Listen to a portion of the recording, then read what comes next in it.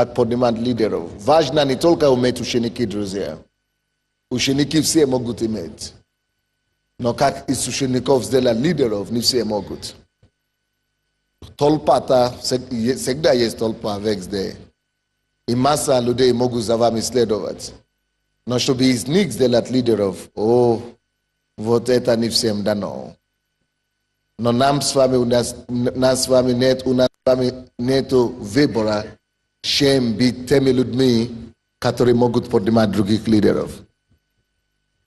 Вчера я был на годовщине церкви Гора Господня, или как называется? Гора Сион, пастор Викторий Сергейка. И одна сестра там свидетельствовала, она говорила о своей дочери и говорит, я знаю, что моя дочь, она, что из нее выйдет тысячи, что с нее одного. Я говорю, Боже мой, ну молодец. Она говорила, я слышала, как Джон Максвелл говорит, что один должен стать тысячу. И я приняла это для своей дочери. И моя дочка привела меня, и дочка приводит других. От нее одного будет тысяча. А потом с меня тоже будет тысяча. Я говорю, вот это задача, семейная задача серьезная. Я говорю, Боже мой, побольше у нас таких тоже лидеры, которые мечтают о том, что, между прочим, я какой-то женщине говорил, которая в селе где-то служила, и я сказал, чтобы она пришла, на свидетельствовала, есть? Пускай подойдет быстренько, бегом.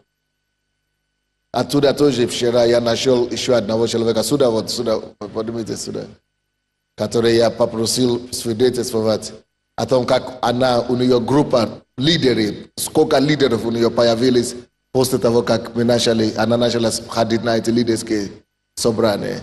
Это вообще удивительно. И я хочу сказать, что вы рассказали нам, как эта лидерская школа помогла вам, и сколько лидеров за это время появилось у вас. Здравствуйте, дорогая церковь. Я 2 минуты о себе только скажу. Я первый раз свидетельствую. 10 лет в Боге, но 2 года в этой церкви.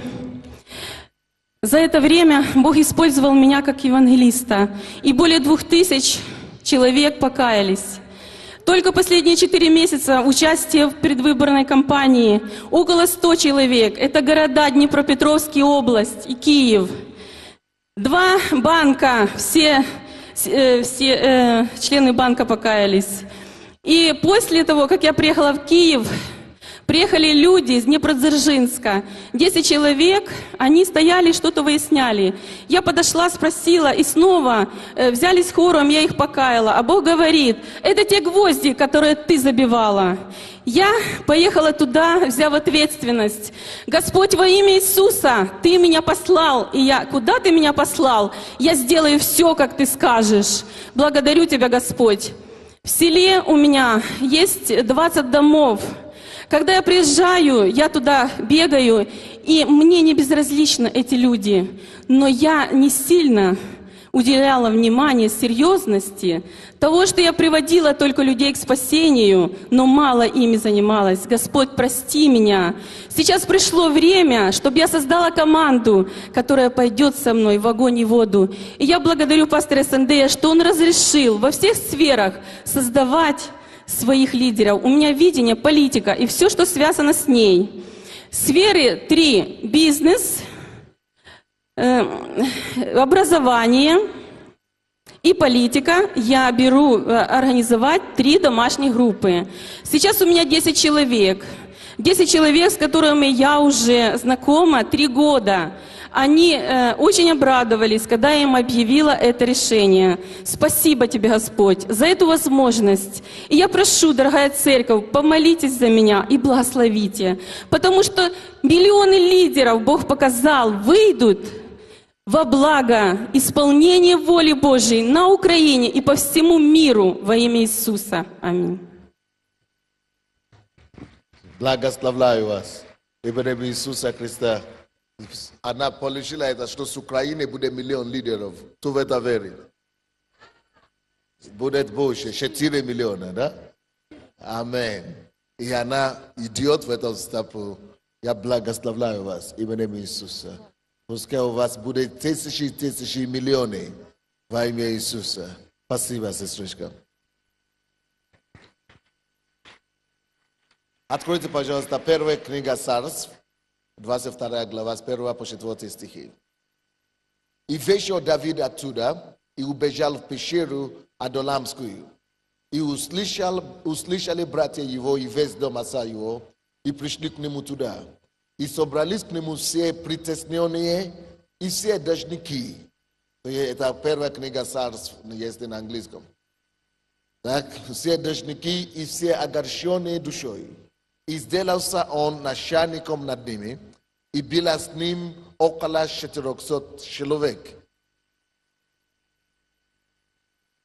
Братья и сестры, скажите мне, пожалуйста, перечислите мне, какие категории людей пришли к Давиду, когда он был в пещере. Какие категории людей? Первая категория какие? Притесненные. Второе? Кто не открыть свою Библию, быстренько откройте. Должники. И третий? Быстренько достаньте. Только не теряйте мое время, потому что если вы не открываете здесь Библию, тем более дома вы не будете его открывать. Первая книга Царств, 22 глава.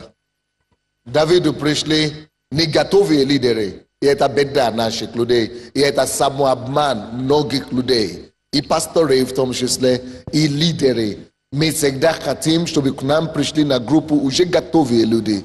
И всегда подбираем. И именно это искушение или это обольщение толкает нас часто на то, чтобы передергивать из уже существующих групп на свою группу, из уже существующей ветки на свои ветки. Это жадность называется. И это дух похоти. И это то, что написано: не пожелай, но ближнего твоего, не пожелай соседа твоего. Это есть похоть, это есть то, что называется на английском covetousness. Covet, don't covet, не пожелай то, что принадлежит твоему. Поэтому если этот человек уже состоялся как лидер, он не твой. Идеальный лидер и настоящий лидер будет искать сырой материал, не готовый продукт.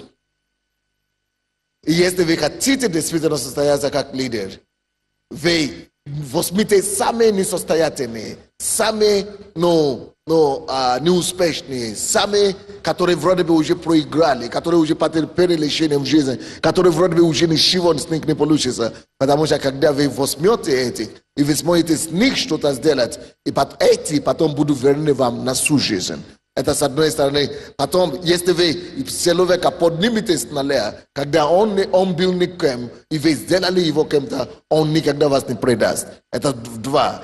Третий, если вы найдете человека с нуля, и вы ему помогли состояться, вы всегда для него будете героем. Это третий. Четвертый, если вы найдете человека с нуля, и вы его подняли, и вы помогли ему состояться, то этот человек будет нести вас в себе. Вы продублируете себя в нем. То есть он станет отражением вас. Но если человек, который уже откуда-то был научен, там недоволен, на того лидера жаловался, и на того, то рано или поздно, это просто дело времени, и на тебя будет жаловаться, и на тебя, и тобой тоже будет недовольным. Поэтому даже если старые люди из других мест приходят к тебе или к вам, никогда не делайте, не рассчитывайте на них.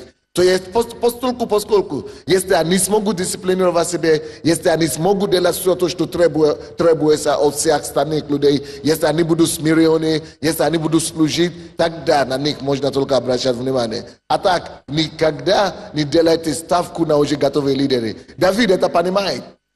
И, между прочим, когда вы начинаете с нуля, поднимаете человека, вы вместе с ними будете расти. Но если вы будете обращать к себе уже готового человека, он сам никуда не хочет расти, он никуда не будет расти, и вас никуда не будет не дать расти. вы только будете разбираться в конфликтах и в какие-то спорах. Он не тут не так надо делать, тут так надо делать, тут спор с тем, тут не так, я понимаю, тут так, тут не прав, то я прав. Это самое. Поэтому мудрые люди недавно уже выяснили, что сначала нужно что-то начать, чтобы сделать что-то великое.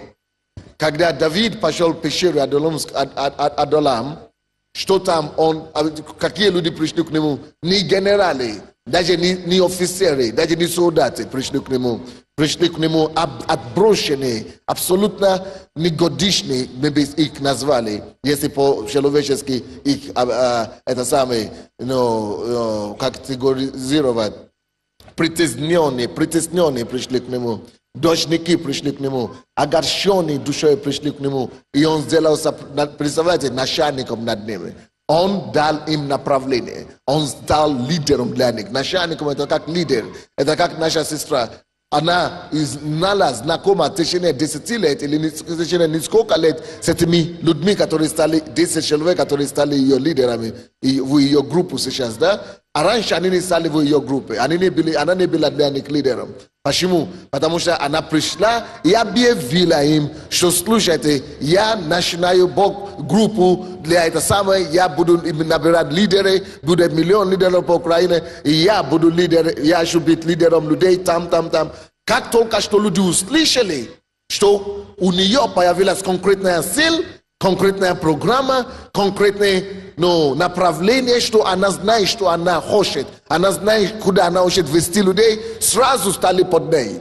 Потому что люди пойдут за вами только тогда, когда у вас есть четкая цель, четкая программа. Не просто соберемся за чаем, не просто соберемся, приходите ко мне, я буду вам проповедовать. Нет, куда ты хочешь нас вести? Вот вопрос, который люди сами не могут задавать вам, но то, что у них внутри. Хотя они сами не могут, может быть, сами оформлять этот вопрос. Но этот вопрос, если вы не сможете дать людям цель, если вы не сможете поставить задачу перед людьми и обещать им, что я вас веду к чему-то, вы должны вести какую-то цель по житию зеленую. Вот, допустим, когда она сказала, я политику вижу себя, буду создавать группу политику, буду создавать группу образования, буду создавать группу финансов, сразу стали перед людей. Вы даете какие-то задания, ставьте ли какие-то цели перед людьми, которые за вами идут.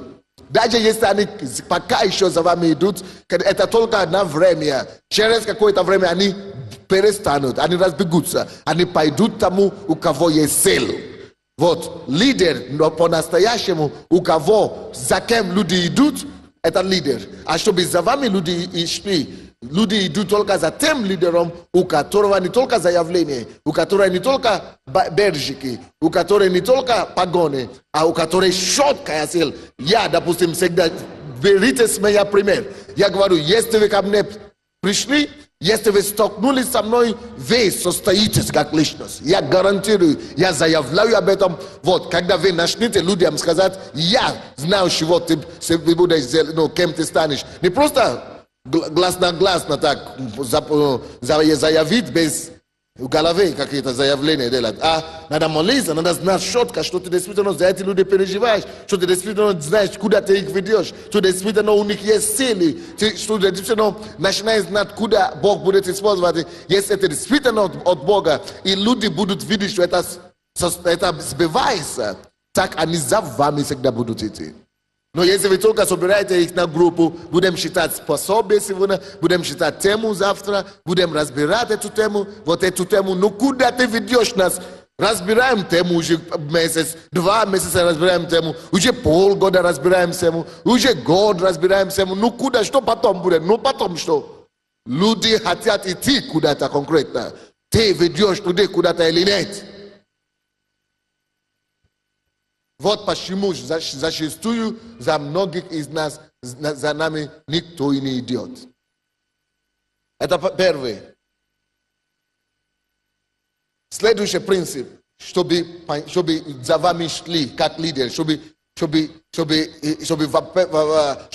это то, чтобы, я определил, чтобы за вами шли, это то, что я говорю. Но как вам формировать лидеров из тех людей, которые приходят к вам? Допустим, все к вам, когда вы даете людям ведение из цели, разные люди начнут собираться вокруг вас. И многие из них, я вам говорю, 80% всех людей на свете не верят, что у них что-то получится.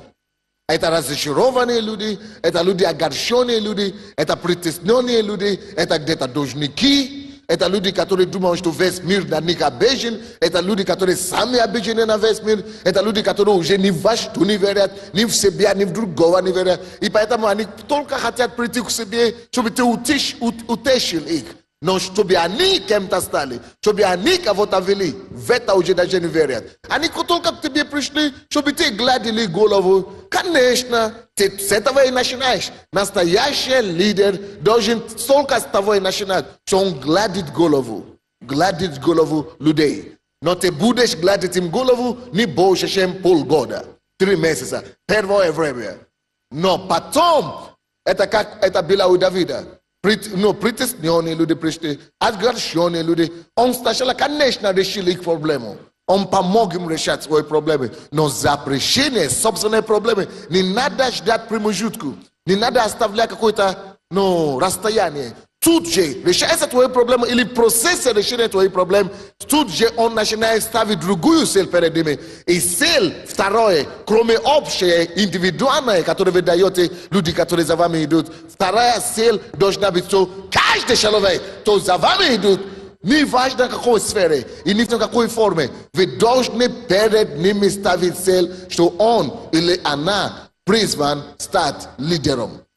Вы должны привести или дать ему цель и такую задачу, что ты будешь кем-то. Может быть, даже вы не назовите его лидером, потому что это его может испугнуть, или может быть ему неприятно, но вы просто скажете ему, что ты будешь состояться. Как-то сказать ему, ты кем-то будешь. Вот ты будешь вести молитву, вот ты будешь ходить, или ты будешь за кого-то молиться, или ты будешь считать, или ты... Я уже вам доказал в прошлый раз, вы помните? 2 понедельник или 3 назад, что каждый человек может стать лидером. Вы помните это? Так, и поэтому об этом уже нет спора. Но теперь мы говорим о том, что когда они приходят, огорченные и так далее, первая задача – утешить их, принести решение на их проблемы. Второе – начинать видеть этих огорченных, начинать смотреть на этих обремененных, начинать смотреть на этих должников, и вместе грязь, вместо их долги, вместо их огорчения, вместо их депрессии, вместо их проблемы, вместо их загонности, вместо их отруженности, вы начнете видеть не грязь, а жемчужину, золото, ценности. Самая главная способность лидера, который будет поднимать других лидеров, если вы хотите поднимать людей, лидеров, вы должны уметь видеть. Что я сказал? Каждый лидер, самое главное качество лидера – это уметь видеть. Если вы лидер, который не умеет видеть, да, за вами будут ходить люди, но вы будете все их терять, потому что вы не способны увидеть в них, что они не только толпа, они не просто масса, они не просто те, которые следуют за вами, вы не способны видеть в них лидеры, которые сами будут способны кем-то стать. Вы понимаете меня или нет? Откройте, пожалуйста, Екклесиаст 2:14. Или если хотите, можно не открыть, я сам открою просто. Екклесиаст 2, напишите. Екклесиаст 2:14. У мудрого глаза его в голове его, о чем речь идет о зрении. Умение видеть. У мудрого глаза где? Не слышу. Не слышу. Не слышу. У мудрого глаза его, в голове его, вот лидер. Это настоящий лидер. Вы должны уметь видеть, что видеть. Вы должны видеть, что вот этот парень, который... Иди сюда, парень. Да. Ты не лидер, да? Не лидер. Как ты сюда попал? Хорошо, иди сюда. Он говорит, Бог привел. Он пока никакой, да? Не лидер, никто. Бог создает, и вообще-то участвовал в одном виде. Вот. И я на него смотрю, O niveau da vendo couche problème. Свой хватает, да? У всех хватает проблем. Вот. А я должен видеть. Не его поношенный куртку, не его красные глаза, подавленные какими-то проблемами.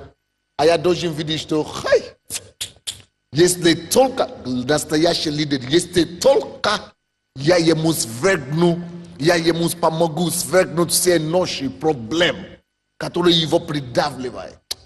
Он я не должен видеть его горб с проблем. Он расправится плечо. Я должен начинать видеть, как он уже расправился плечами. Как он уже солидный. Как он уже без этих проблем. И я начинал именно с этой ревностью.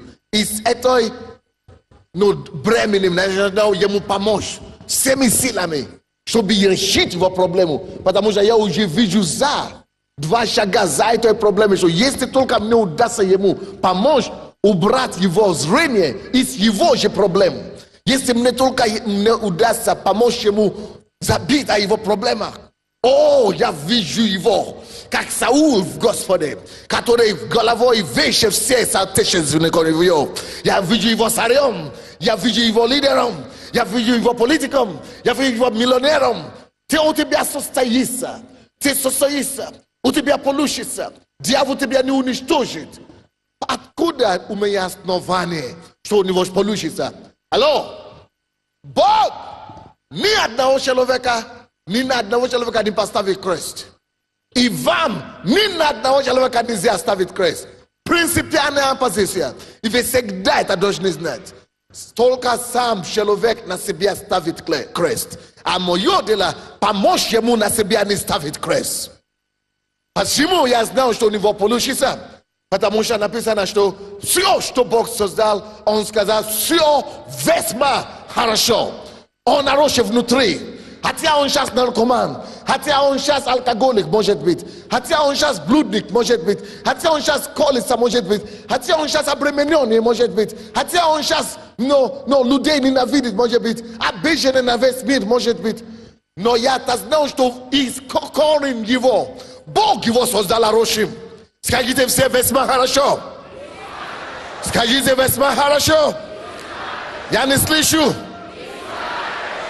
Кого он создал весьма хорошо? Всех.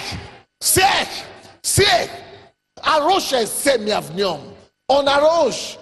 Поэтому мое дело помочь ему избавиться от алкоголя, помочь ему избавиться от наркотики, помочь ему избавиться от обиды этой. Я его вытащу, только чтобы добраться мне до этого весьма хорошее, который Бог говорит, есть его суд. Алло? Вторая причина, почему я знал, что все получится, и все могут состояться через меня, и все могут стать лидером, потому что каждый человек, написано, был создан по образу и подобию кого? Не слышу! Не слышу! Не слышу! Значит, его источник, его корень, его суд, это образ кого? Это что значит образ Бога? Совершенство. Что значит образ Бога? Святость. Что значит образ Бога? Любовь. Что значит образ Бога? Добра. Что значит образ Бога? Прощение. Долготерпение. Все лучшее Божие. Они уже находятся в нем. Аллилуйя!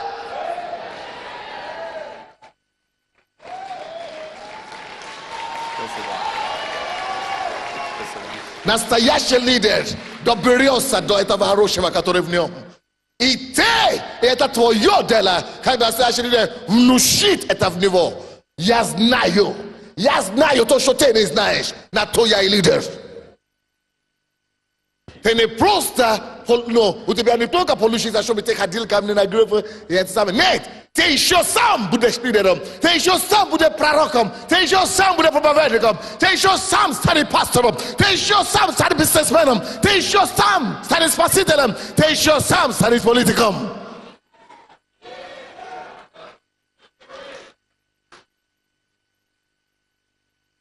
Умение видеть. Почему вас нет лидеров своих? Потому что вы не на то смотрите. И вы не так смотрите, и вы не на того, вы не то видите. Вы видите того, кто сейчас есть, а Бог хочет, чтобы вы видели то, что Он видит. То, что спрятано внутри. Потому что любое золото, любое серебро, любой жемчужин, никогда вы не увидите, чтобы они валялись на асфальт или на поверхности. Никогда в жизни. Золото и жемчужины, они всегда в грязи, под поле где-то забитые. И чтобы найти грамм, всего лишь грамм, а золото нужно перенести тонн, а то 10 тонн. Знаете, земли, грязи. И не только все перевести вот так, через, трактора. Нет, надо чистить 6 тонн грязи, чистить, промывать. И чтобы видеть блестящего маленького, чуть-чуть песочки, это самое золото и отбирать. Песочки золота отбирать. Из тонна. Вот как внимательно нужно работать также с человеком. Каждый человек тоже материал, вот таким образом. Нету грязи. Каждой грязи есть песчинки. Золота и жемчужины. Но кто не может промывать, то никогда не находит золото. Но кто умеет терпением и долготерпением промывать земли и промывать пески, то становится обогащенным золотом и жемчужинами разными. Как тебя зовут? Михаил. Твоя судьба предрешена. Держи за нами, держи за меня, держи за церковь. И ты состоишься, больше, чем ты сможешь. Ты поднимешься над всеми твоими проблемами. И ты не поверишь, что ты когда-то был в этой проблеме, когда ты где-то сейчас находишься. Через какое-то время ты уже не поверишь. Потому что посмотришь назад, неужели это я был? Потому что ты уже других будешь вытаскивать такие проблемы. Все. С Богом.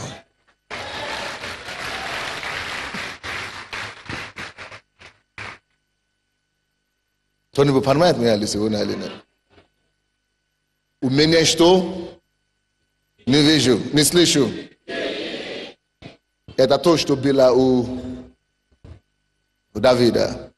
Он принял этих людей. Не потому что он хотел сам заплатил долги должников. У него самого не было денег, чтобы долги их не заплатить.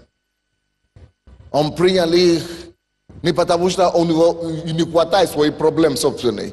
Нет, он сам спрятался от убийства. Его вообще самого хотели убить. Но он принял их, потому что он видел их завтра. Он видел исток в них, корень в них, Божие в них. То, которое весьма хорошее. Он видел завтра их, которое весьма хорошее. И он видел золото вместо песок. Братья и сестры, грязь в глазах смотрящего. Кто-то смотрит и видит грязь, а кто-то смотрит и видит золото. So, dirt is in the eye of the beholder. Поэтому, если вы откроете вторая книга Царств, можно не открыть, но запишите, 23 глава, с 8 по 13 стихи. Вы увидите то, что называется сыны Давидовы. Эти сыны Давидовы, они сделали такие подвиги, что уму непостижимо. И вы знаете, кто эти сыны? 400 их было офицеров Давида. Это были те же 400 людей, которые пришли к нему в пещере, обремененные, должники и притесненные. Он сделал их. Напишите себе, настоящий лидер, подобно Давиду, делает других лидеров. Он формирует других лидеров. Он не принимает лидеров, он не зовет и не нанимает лидеров, он делает их.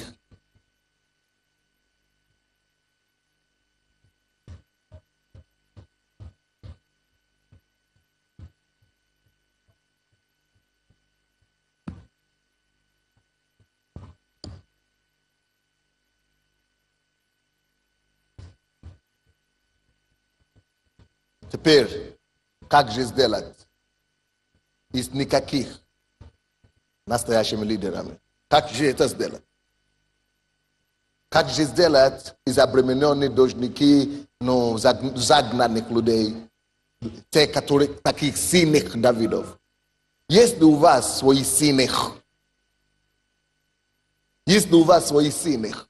Кто-то сегодня бил меня на приеме и говорит: пастор Сандей, я так благодарна Богу. Она тоже из нашей церкви, что от вас вышли столько таких сильных лидеров. Она говорит, я хожу по всем нашим душевным церквям. Хожу в Центральную церковь, хожу пастору Константину на исцеление, хожу пастору Софию на служение, хожу пастору Федоровиченко, хожу пастору Босе на группе, хожу Петровичину, хожу туда, чтобы только все видеть, чтобы принимать все, говорит. Он говорит, у вас все такие сильные, все разные такие, что от вас вышло. А я думаю, Боже мой, а я плачу. Так мало их. Хотя служители и сильные, которые вышли от нашей церкви здесь, наверное, больше, чем все служители в некоторых городах, вообще вместе взятые, в некоторых странах вообще вместе взятые. Только с одной церкви это вышли. Слишком много, у нас проблем, слишком много помазанников. И это хорошая проблема. Вот есть ли у тебя такие твои сильные? Напиши, где мои сильные? У Давида были свои сильные Давида. У Моисея были свои 12 главы, 12 колен. У Иисуса были свои 12 учеников. Где твои сильные, или ты просто так называемые, и не создающие никого. Беда. Мы должны приступить к тому, чтобы создавать сильных. Приступить к чему? Тому, чтобы создавать своих сильных. Это ваша визитная карточка. Они должны быть у вас.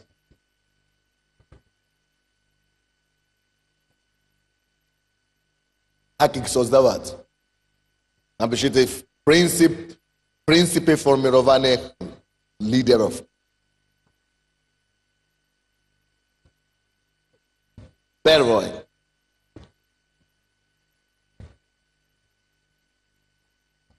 Дорожите людей, цените людей. Что надо для этого, чтобы формировать, чтобы ценить людей? Это не так просто. Это вам будет что-то стоить. Кто готов из вас ценить людей? Говорите да, просто кричите больше. Кто готов? Скажите я. Если вы не готовы ценить людей, не кричите. Кто готов ценить людей? Теперь давайте напишите, что это вам будет стоить.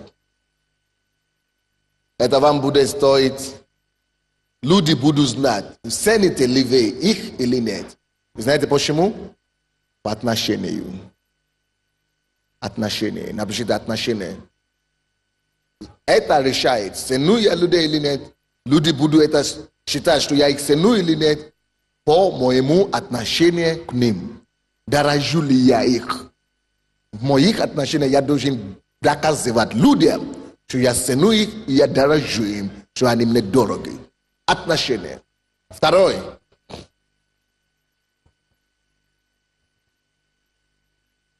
Чтобы поднимать людей, чтобы поднимать лидеров, нужно посвящение. Надо посвятить себя им. Конечно, понятно, чему это будет вам стоить. Чтобы посвятить себя людям, нужно будет вам что? Время.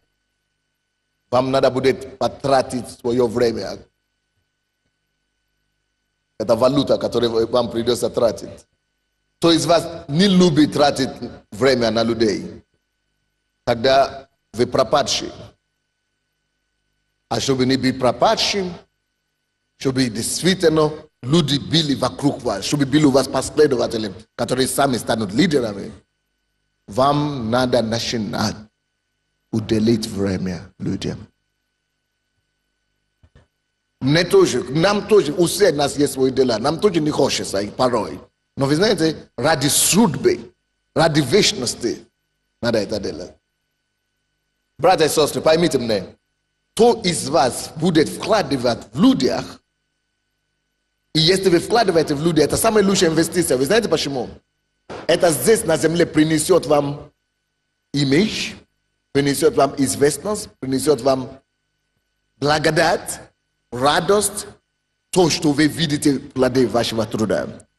Но почему это все-таки самое лучшее, что есть? Это лучше, чем денег, это лучше, чем славу, это лучше, чем все угодно, лучше, чем собственную свою семью.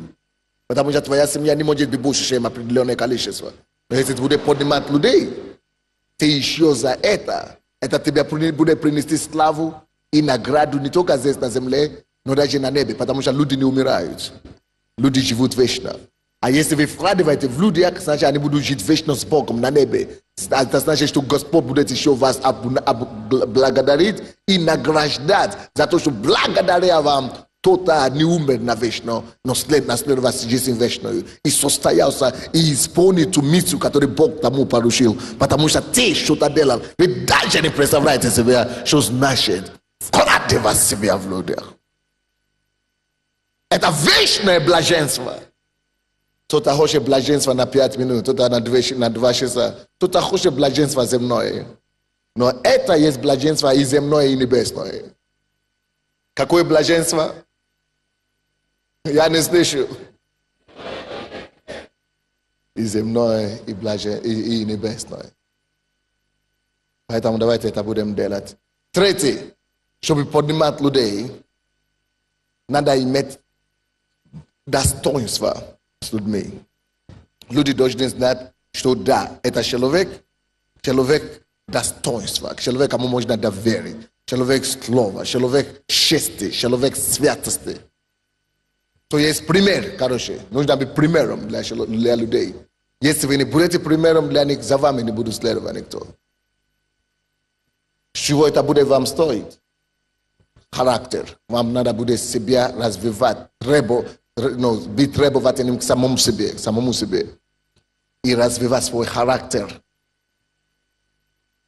Вот, чтобы люди вы могли получить достоинство, чтобы люди могли посмотреть на вас как достойный человек, человек из чести, из слова. Они должны видеть не поколебающий характер Христа, чистый как кристалл. Тогда они за вами идут. И за вами готовы жизнь отдать за вас. Конечно, чтобы поднимать других лидеров, надо тоже влияние. Люди должны видеть, что вы имеете на них влияние определенное. Откуда приходит влияние? Когда вы ведете людей. Влияние приходит, когда вы показываете людей путь. Когда вы ведете людей. Когда вы ведете людей.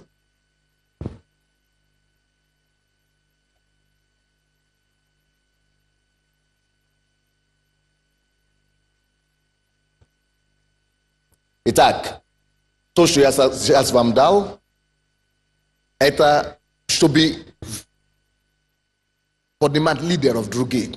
Вы лидер, может быть, к вам ходят люди на домашнюю группу или в церковь, но это недостаточно. Это можно не иметь эти все вещи, что я сказал, и иметь людей вокруг себя. Но чтобы превратить этих людей, которые вокруг вас, в лидерах, обязательно вам надо их иметь. Видите разницу? То есть, чтобы они не просто ходили за вами как толпа, а чтобы они стали личностями. Дальше. Другие пункты. Мудрости, взращивание лидеров. Мудрости, взращивание лидеров. По теме другая, быстренько.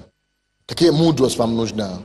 Потому что поднимать других лидеров, даже если у вас все эти качества есть, эти качества, которые я вам дал впереди, это принципы. А теперь мудрости, как же работать. Как же вы можете иметь эти все качества, а все равно вы не можете их делать лидерами. Но какие мудрости будут у вас?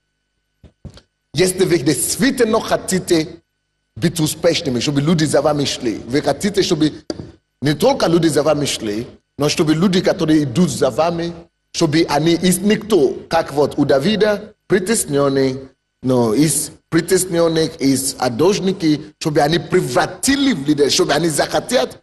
А я вам сказал, что 80% людей, они не хотят стать лидерами. Они просто хотят, чтобы им служили, чтобы им давали, чтобы их утешали. Это большую мудрость стоит, чтобы теперь их не заставить, не навязывать, а чтобы они захотели быть лидером. Здесь вас 3000 человек сегодня.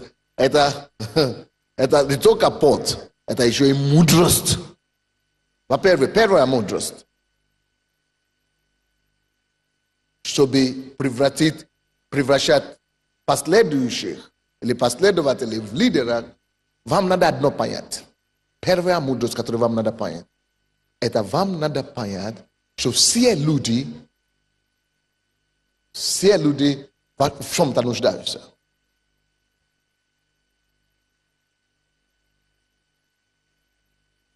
Нет. Хорошо, давайте. Это не первое, но я вам дам это все равно. Все люди в чем-то нуждаются. В чем люди нуждаются? Основные чего, что люди ищут. Вы должны знать, что эти люди, которые пришли ко мне, сирые, никто, дождики, проблемы, наркоманы, но проблемы непрощенные, они все жаждут чего-то, что-то им не хватает в жизни. Они все в чем-то нуждаются. В чем? Во-первых, люди нуждаются, чтобы их признавали. Первое, пишите это себе. Люди нуждаются, чтобы их признавали. Что это значит признавать? Вы говорите, слушай, привет, он, иди сюда, кто-нибудь, да, давай, да, бегом ко мне. Я же лидер, да? Он пришел ко мне. Ни страшный, никакой. А я говорю, привет. А для него он вообще никогда не думал, что пастор, что он увидит лицом глазами, даже Sunday, только по телевизору будет видеть. А тут я ему руку втяну. Привет. Как тебя зовут? Виталий. А меня Sunday. Ну как? Мы сразу же стали друзьями, коллегами. Я ему даю признание. Я его признал, я его все хотят, чтобы им давали. Даже если они делают вид, что они не хотят, все хотят. У вас должна быть эта мудрость, дать им признание. Оставайся. Кроме признания, все люди нуждаются, чтобы их признавали, во-первых. Во-вторых, все люди нуждаются в дружбе. Ты скажи, слушай, Виталий, а ты чем занимаешься? Ты начинаешь сразу интересоваться его. Чем занимаешься? Студент. А? Студент. А где? Где? В Севастополе. Я говорю, слушай, студент Севастополя, молодец. А я пастор, я здесь живу, давай я с тобой буду дружить. Я хочу тебе помочь. Я даю ему дружбу. Все нуждаются в дружбе. Настоящей дружбы друзей нет. Если вы хотите, чтобы он не только оставался вокруг вас, возле вас, но чтобы он еще поверил, что у него что-то получится с него, и чтобы он еще и состоялся.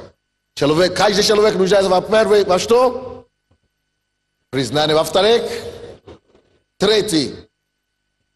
Когда я ему уже дал такую дружбу, да, он начинает доверять. И вы знаете, следующее, что ему надо? Он хочет, чтобы его понимали. Когда он увидит принятие, он видит дружбу, когда он может быть, я смогу поделиться с ним мои вопросы, мои проблемы.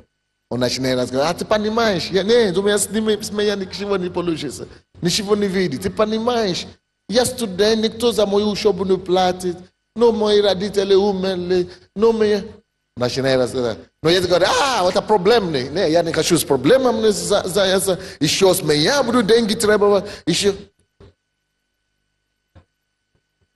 Ты сразу его теряешь. Но если он так начинает рассказывать свои проблемы, и я дам ему встречу его с пониманием, что я тебя понимаю.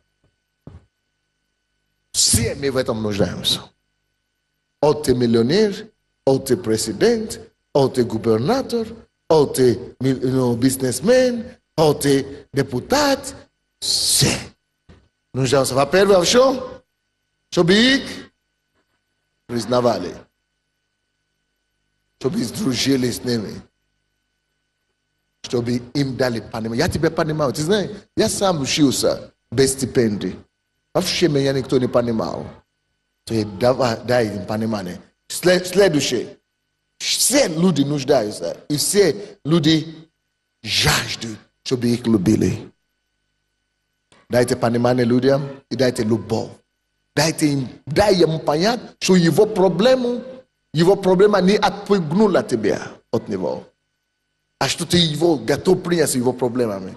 И ему готов быть другом и помочь, и вести дальше с этой проблемой. Ведешь его. Любовь. Все нуждаются в любви. Следующее. Самое главное. Все хотят чувствовать себя ценными, важными. Важны.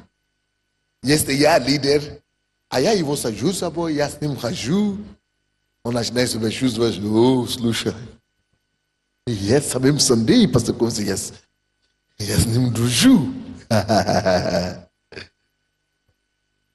Все хотят быть важными.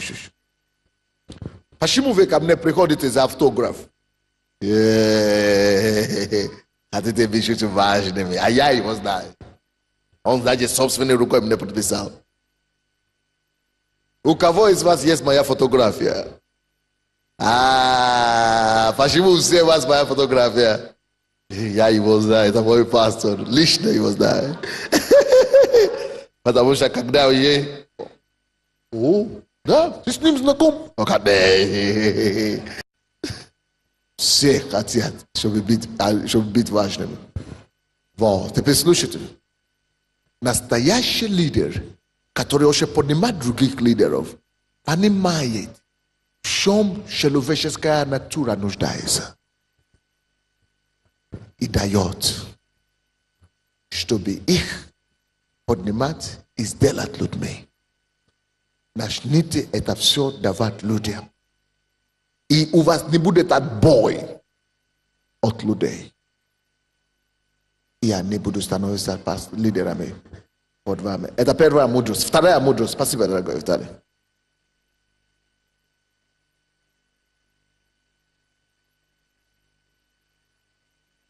Вторая мудрость. Чтобы взращивать лидеров.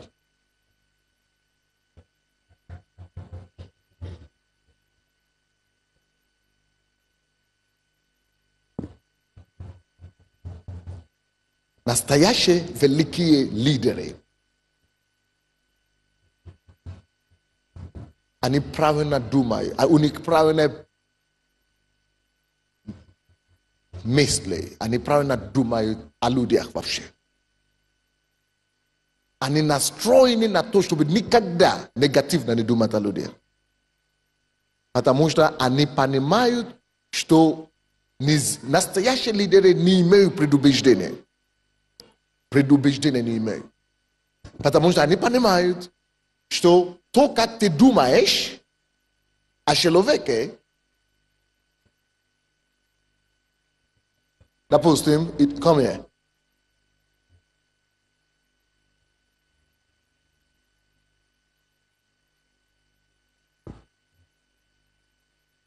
Это как я, да? Но вы же меня уже не воспринимаете как негра, да? Для вас я уже не негр.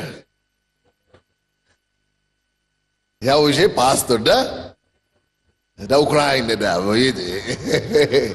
Но для вас, как бы это ни крути, какой бы у нас не был патриотизм в церкви, для вас все равно он негр. Потому что это не пастор Sunday. Пастор Sunday не замешайте, но его замешайте.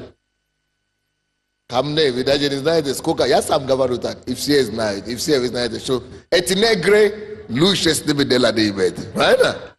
Не честно, правильно или нет?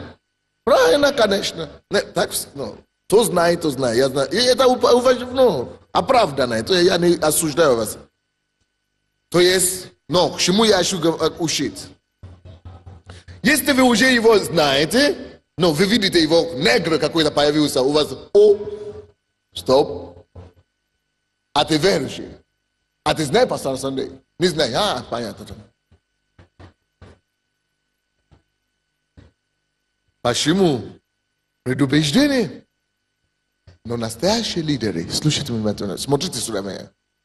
Настоящие лидеры, они знают закон о предупреждении, о том, как думать. Они знают, что нельзя никогда думать плохо или негативно, или предубежденно о людях. Допустим, если он появился перед вами, говорит, о, негр, или ваша дочка пришла домой. И за ней следом пришел молодой человек и говорит, мама, папа, вот мой парень. О, тогда дойдет до вас, да?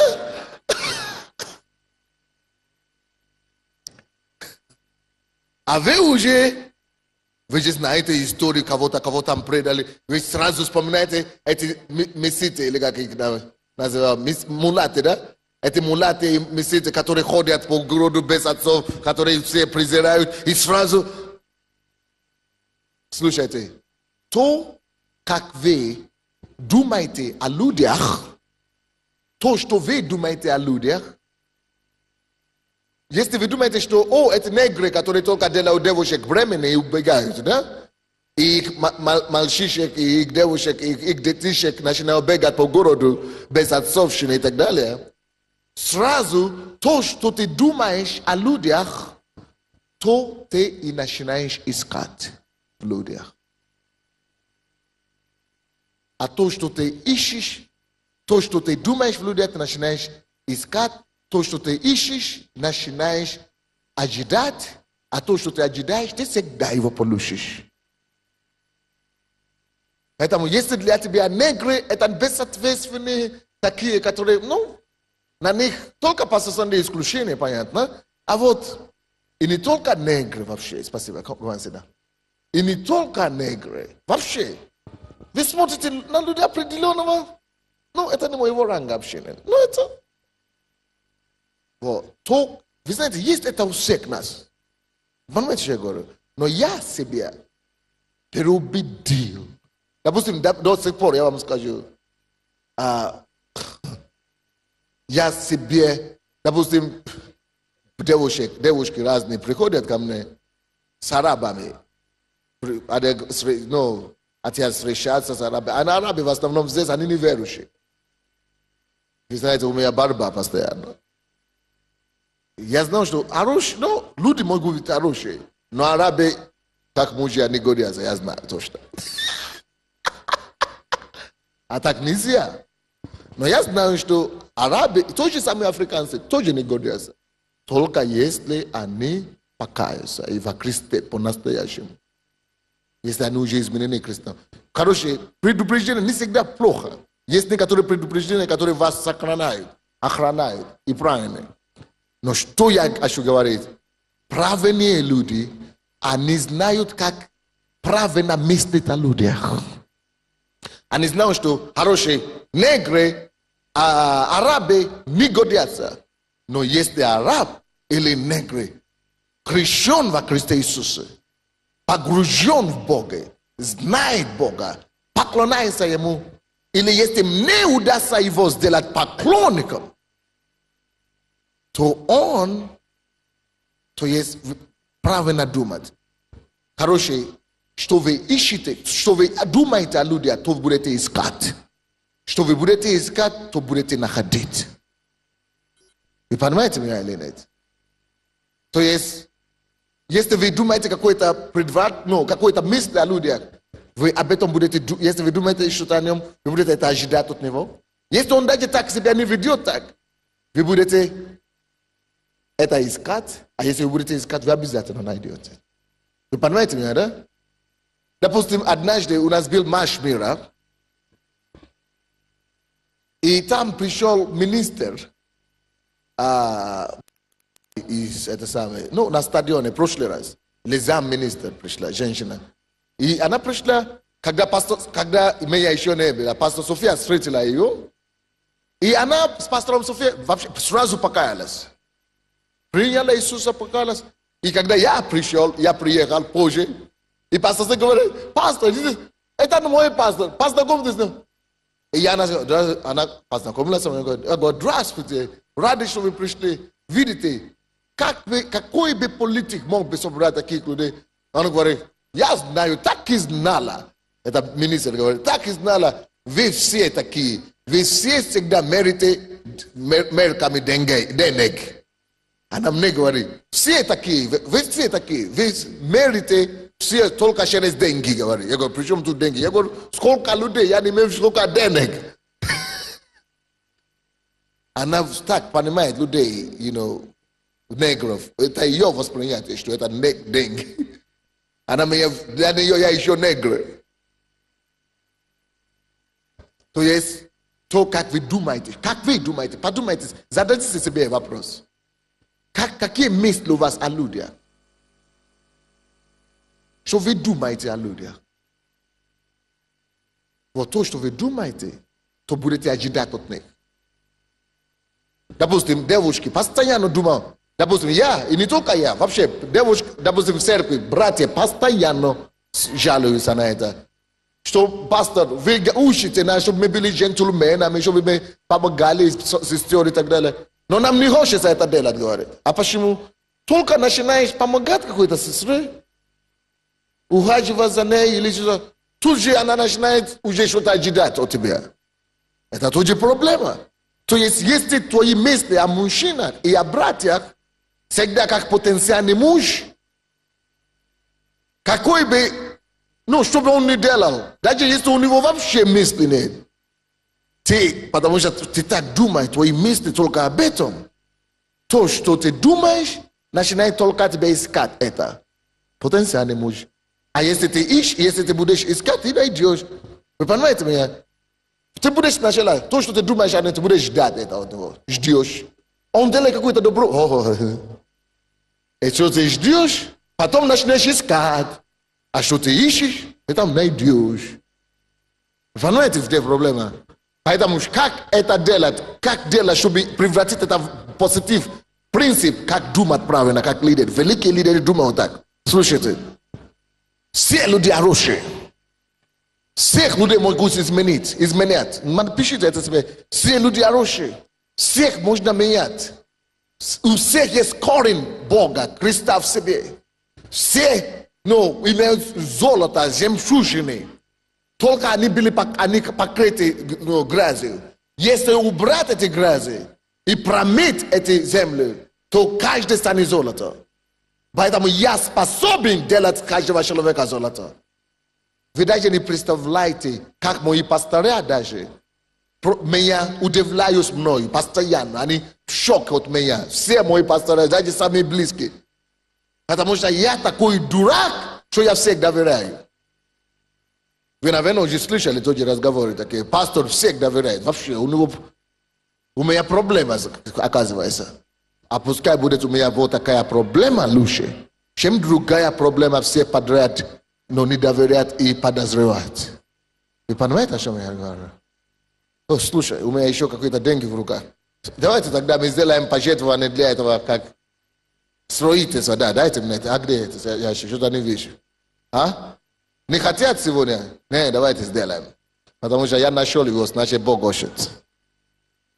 Может быть, кто-то тоже найдет что-то у себя там.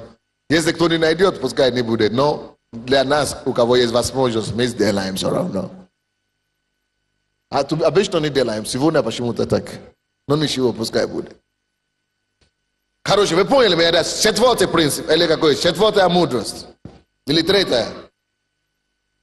Поймите, друзья.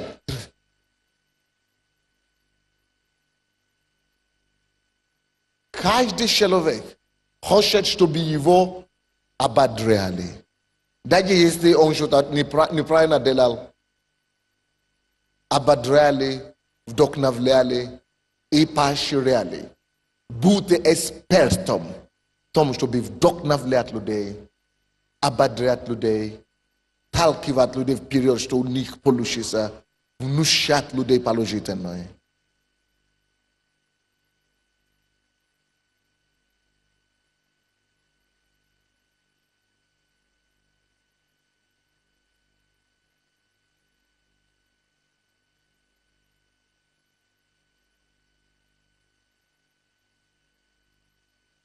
Следующее. Мудрость. Большинство людей не знают, как быть успешным. Поэтому научите людей быть успешными. Научите людей быть успешными. А как научить людей быть успешными? Кто знает? Никто не знает. Давайте я вам скажу. Как научить людей быть успешными? Во-первых, все люди думают, что успех либо это случайность, так, кому повезло, тот стал успешным. Или люди думают, что успех это врожденное.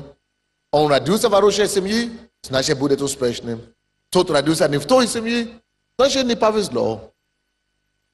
Понятно вам, о чем я говорю? Но успех не случайность. Успех это может стать закономерность, если знать законы. Чтобы быть успешным, надо знать законы. Какие? Успех это совокупность. Научите людей. Покажите им, что такое успех. Что успех это жить согласно определенным законам. Это не случайность. Это не какая-то врожденность.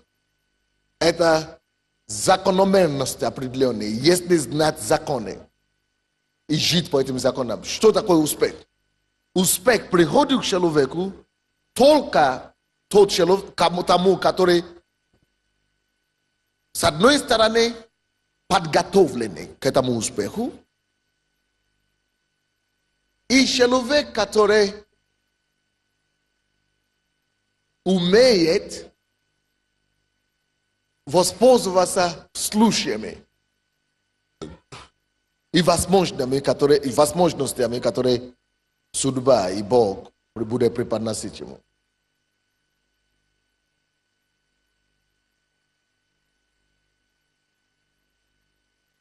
То есть успех это не событие, это процесс. Процесс чего? Каждый человек должен, с одной стороны, постоянно себя готовить.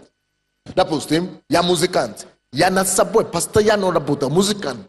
Репетирую. И жизнь так устроена, что шанс и возможность попадает каждому. Каждому Бог преподнесет возможность тебе.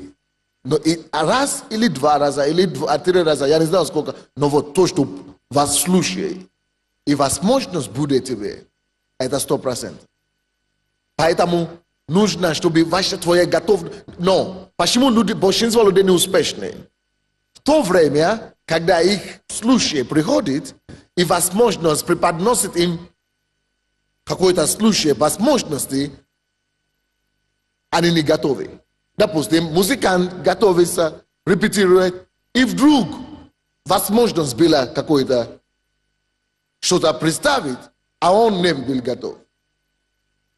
Вы понимаете, о чем я говорю? Допустим, большинство миллионеров или богатые люди, как они зарабатывали деньги?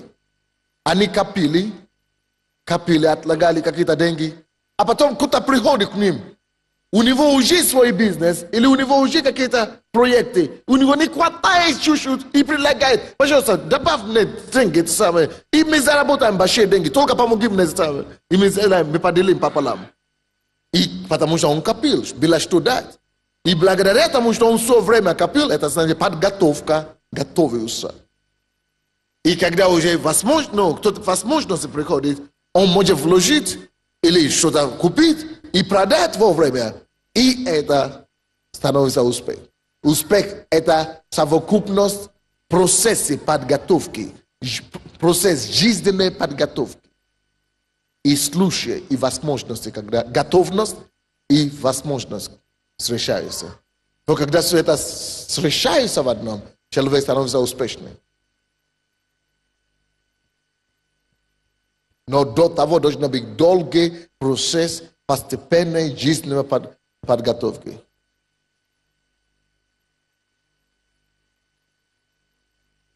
Это не просто вдруг проснулся и ничего не делал и стал богатым. Никогда в жизни не бывает так. Вы помните, Екклесиаст, так? 9 глава, 11 стих. Не проворным бег и не храбрым победа. Но всем, что? Время и не слышу. Слушаю, время и слушаю, время и слушаю. Вот об этом и говорится. Подготовка, но даже если человек подготовленный, и не будет время, и не будет слушать, все, ничего не будет.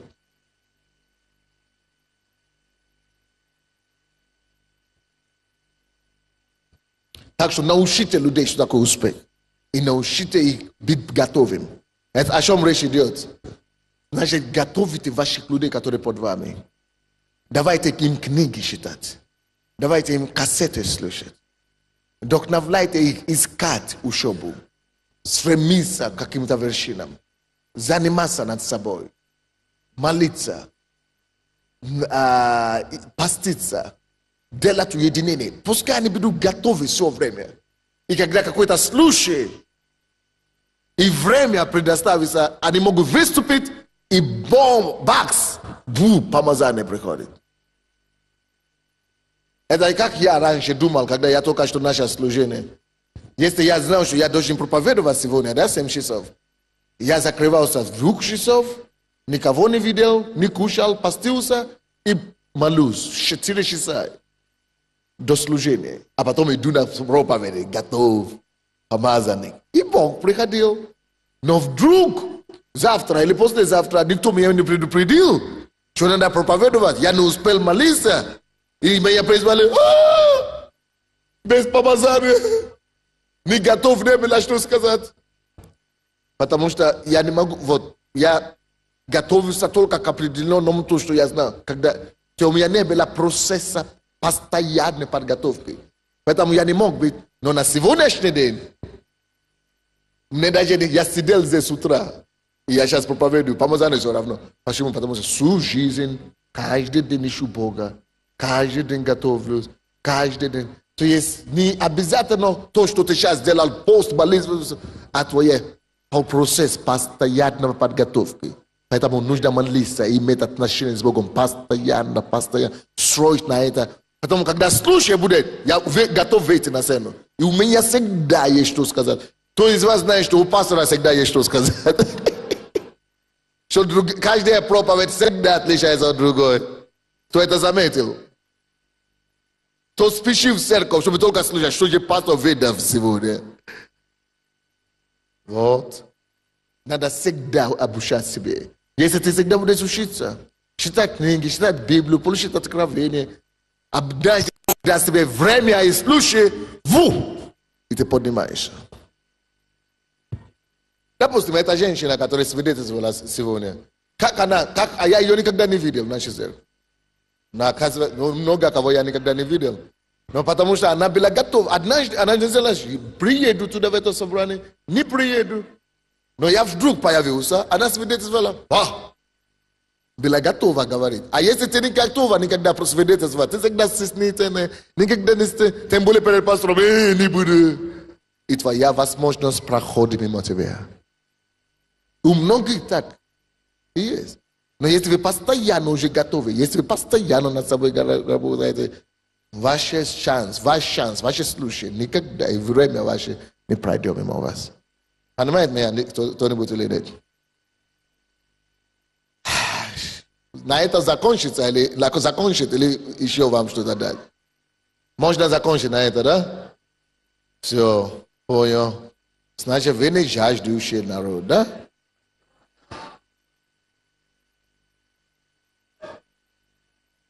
Народ уже весь сказал, значит, надо ехать на автобус.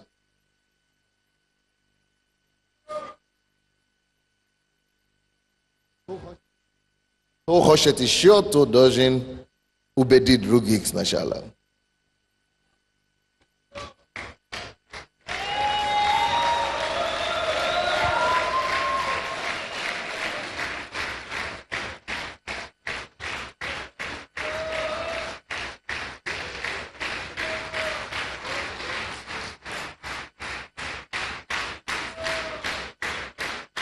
Хорошо, давайте тогда я вам дам еще буквально 2 минуты и закончим. Теперь слушайте следующая мудрость. люди должны стать вашим приоритетом. Не цель должен стать приоритетом, не задача, которая должна быть выполнена, должна стать вашим приоритетом, не церковь, которую нужно построить, должен стать вашим приоритетом, не страну, которую надо спасать, должен стать вашим приоритетом, но люди, которые живут в этой стране. Не церковь должна стать вашим приоритетом, но люди, которые приходят в эту церковь. Не задача и цель, которую вы должны выполнить, но люди, через которые Бог вас будет это делать. Цените людей. Цените людей и никогда не используйте людей. Что я сказал? Не слышу? Не слышу? Ох. Как мое сердце разбивается, даже не хочется сказать.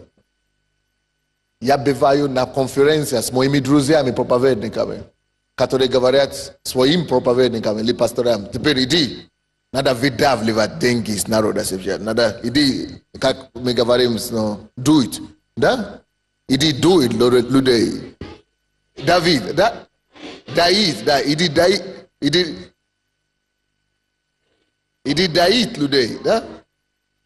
Иди даит людей. Иди, людей, когда их сейчас не хватает, что-то не хватает. А мне всегда не по себе. Они видят людей, как люди, которые нужно дать, чтобы программа исполнила. О, нам надо программу такую сделать. Нам надо какую-то программу там делать. Нам надо людей сейчас. Боже мой, пусть программа не будет важнее людей для тебя. О, надо набирать 12. Надо, чтобы мы набирали 12. Пускай цифра, фигура 12 никогда не будет важнее, чем людей для тебя. О, надо, чтобы получить сертификат, это лидера, служителя. Надо, цифры только видеть. Цифры только видеть. Бог пускай тебя помилует. Пусть тебя не будет судить Бог. Вид людей, цени людей. Никогда не используй людей. Живи для людей. Цени людей, поднимай людей.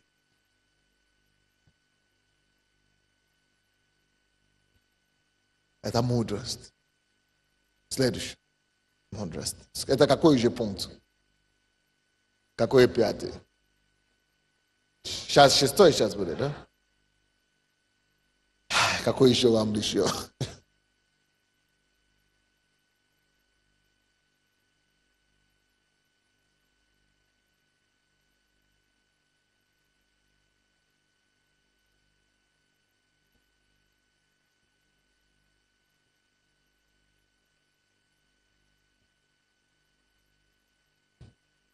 Следующее, тоже о людях.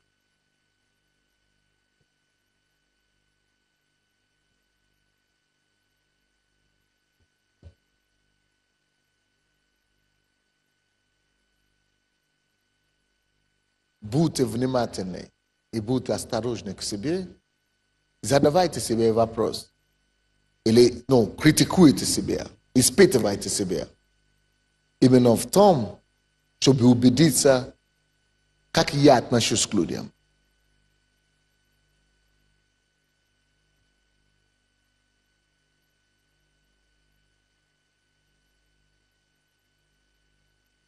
Довожу людей своими поведениями, своими словами, своими критиками, или я их вдохновляю. Потому что есть два вида людей. Люди, с кем вы встречаетесь, и вы поднимаетесь. Вы ободряетесь. Или людей, которые вы встречаете, и у вас руки падают. Вы падаете духом.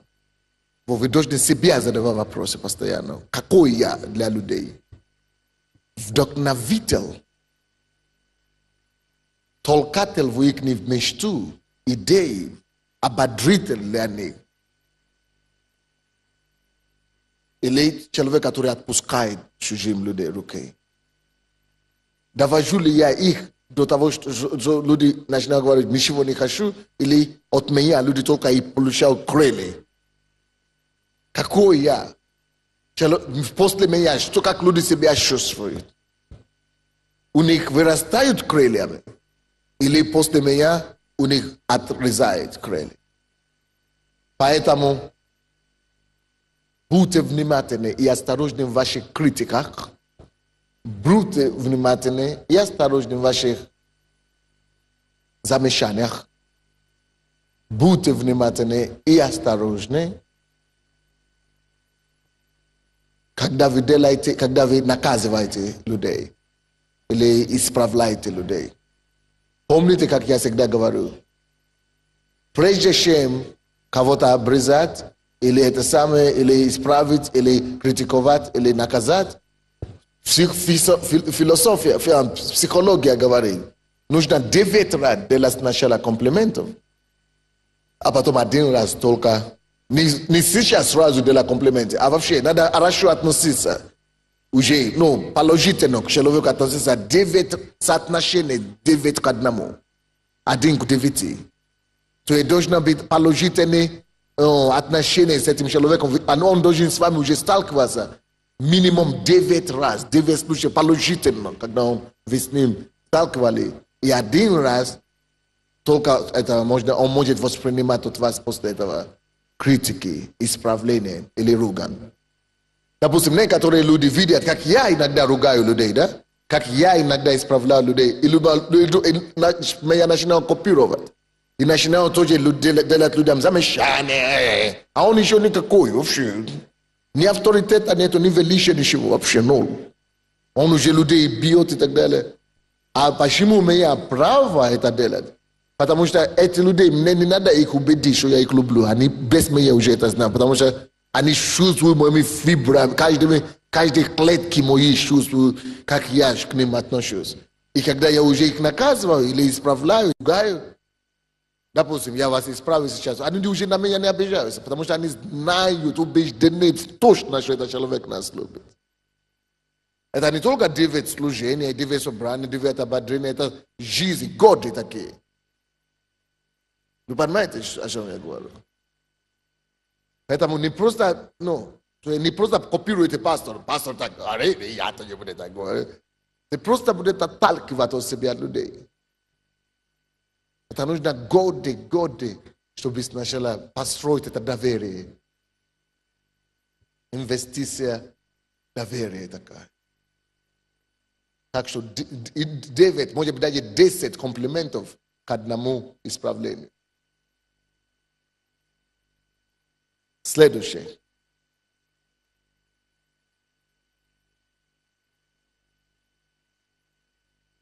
Ошибка большинства лидеров, которые хотят, чтобы их люди состоялись как лидеры. И это наша церковь. Самая большая проблема в нашей церкви тоже. Все мы так хотим, чтобы наши люди состоялись как лидеры, что мы начинаем грузить их. Мы приходим на лидерские, или на собрание, или на домашние группы, мы начинаем, ты давай, ты можешь, ты давай. Мы начинаем только на то, что они стали лидерами. Это, конечно, хорошее начало, добрые пожелания у нас есть. Но вы знаете, я вам скажу, в чем проблема тут? Слушайте меня сюда. Это не мудрый лидер, который то, что он хочет, его программа, то, что его переживания, его бремя сделать людей, кого-то, да? Который сразу это впереди несет, который именно этим людей встречает. Только вы понимаете меня? Нельзя встречать людей именно этим. Ты должен стать лидером, ты будешь лидером. Не. Вы должны, мудрость подсказывает вам, что хотя вы хотите, чтобы они стали лидером, но люди прежде всего хотят, чтобы их послушали. Они хотят прежде, они приходят сначала, они не хотят, чтобы вы встречали их ни с учением, ни с проповедью, ни с хорошим рассказом, ни с каким-то ободрением, каким-то наставлением, не спеши учить. Что я сказал? Сначала выслушай. знает, есть ли что-то у него, что болит. Есть ли что-то, что его беспокоит. Есть ли у него нерешенные вопросы. И после того, как ты дашь ему понимание и солидарность, и ободрение и исцеление, после того ты можешь его начинать поднимать и таскать его. Понятно то, что я пытаюсь сказать? Понятно, да? Не встречайте людей именно вашими наболевшими или вашими программами. Встречайте их сначала объятиями.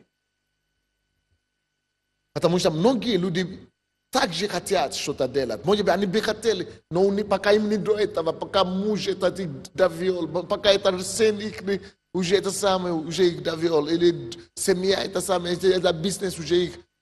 Дайте им понимание сначала. Дайте им объятия сначала. И после этого вот. Вот на этом я закончу сегодня. То есть вас теперь верит, что у него что-то получится. Не вижу, не слышу.